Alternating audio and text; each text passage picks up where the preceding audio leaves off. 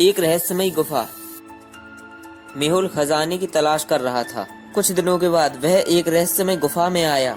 मेहुल को गुफा के अंदर 4 दरवाजे मिले जो संभवतः उसे खजाने तक ले जा सकते थे। वह एक दरवाजा खोलने वाला था जब अचानक उसने एक आवाज सुनी। इनमें से एक दरवाजे 1 मिनट में खुल जाएगा। पहले दरवाजे के पीछे एक ड्रैकुला है और दूसरे दरवाजे के पीछे एक राक्षस है। तीसरे दरवाजे के पीछे एक मम्मी है। चौथे दरवाजे के पीछे एक भेड़िए का शैतान है। क्या आप अनुमान लगा कर बता सकते हैं कि मेहुल को इन चारों चीजों में से क्या ले जाना चाहिए?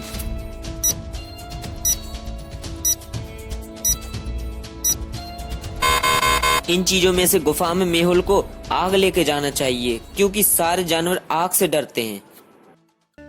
जंगल में एक लाश।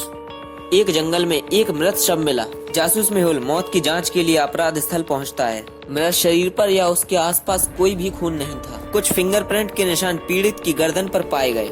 मेहुल ने पूरे जंगल की तलाशी ली और 4 संदिग्धों को पाया। कंकाल कहता है, मैं किसी की हत्या क्यों करूंगा? मैं ना तो भूख महसूस कर सकता हूँ और ना ही प्यास। मैंने ऐसा नहीं किया। बिजुका कहता है, मेरा एकमात्र काम कौवे को डराना होता है। मैंने ऐसा नहीं किया। मम्मी कहता है, मेरे पास मनुष्य के खिलाफ कोई शिकायत नहीं है। मैं अपने पिरामिड में शांति से रहता हूँ। ज़ॉम्बी कहता है, मैंने कल एक शानदार भोजन किया था। मैं उसे क्यों मारूंगा? उनके बयानों का विश्लेषण करते हुए क्या आप बता सकते हैं कि हत्यारा कौन है? कंकाल, बिजुका, मम्मी या ज़ॉम्बी?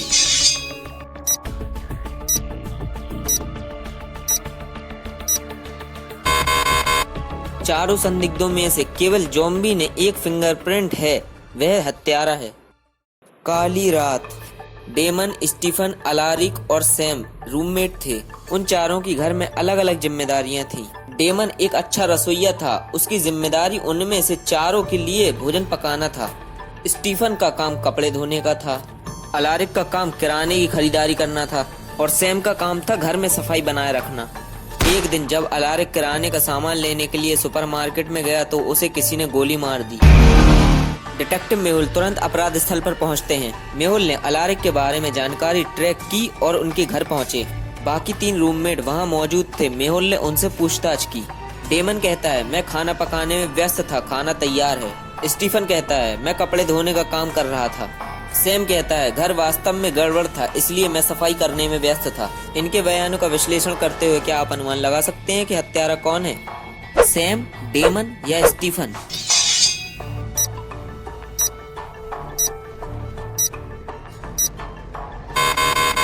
डेमन ने केवल 3 लोगों के लिए खाना बनाया। वह जानता था कि अलारिक वापस नहीं आएगा। वही हत्यारा है। कुत्तों से सावधान।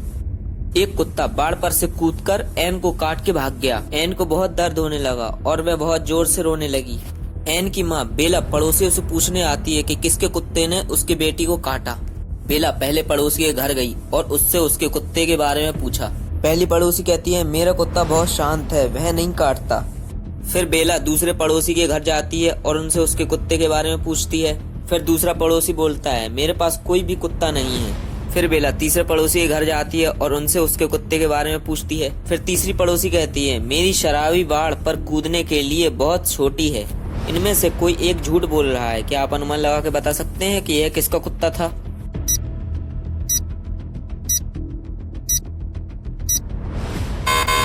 इसके पास शराबी से एक और कुत्ता बहुत बड़ा होना चाहिए।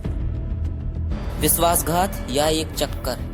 ओलिविया को हमेशा संदेह था कि उसके पति का संबंध है, मगर उसके पास कोई सबूत नहीं था। इसी शक की बिना पर एक दिन उसने एक रेस्टोरेंट में उनका पति का पीछा किया। अंदर जाकर उसने देखा कि उसका पति एक लड़की के साथ बैठा था, लेकिन वह उसका चेहरा नहीं देख सकती थी। थोड़ी देर के बाद उसका पति रेस्टोरेंट छोड़ देता है, इसलिए वह उससे छुप जाती है। फिर से रेस्टोरेंट के अंदर जाकर ओलिविया ने 3 लड़कियों को पाया, लेकिन वह 3 लड़कियों को देखकर कंफ्यूज हो गई थी। इन 3 लड़कियों को देखते हुए क्या आप अनुमान लगा सकते हैं कि ओलिविया के पति से कौन मिला?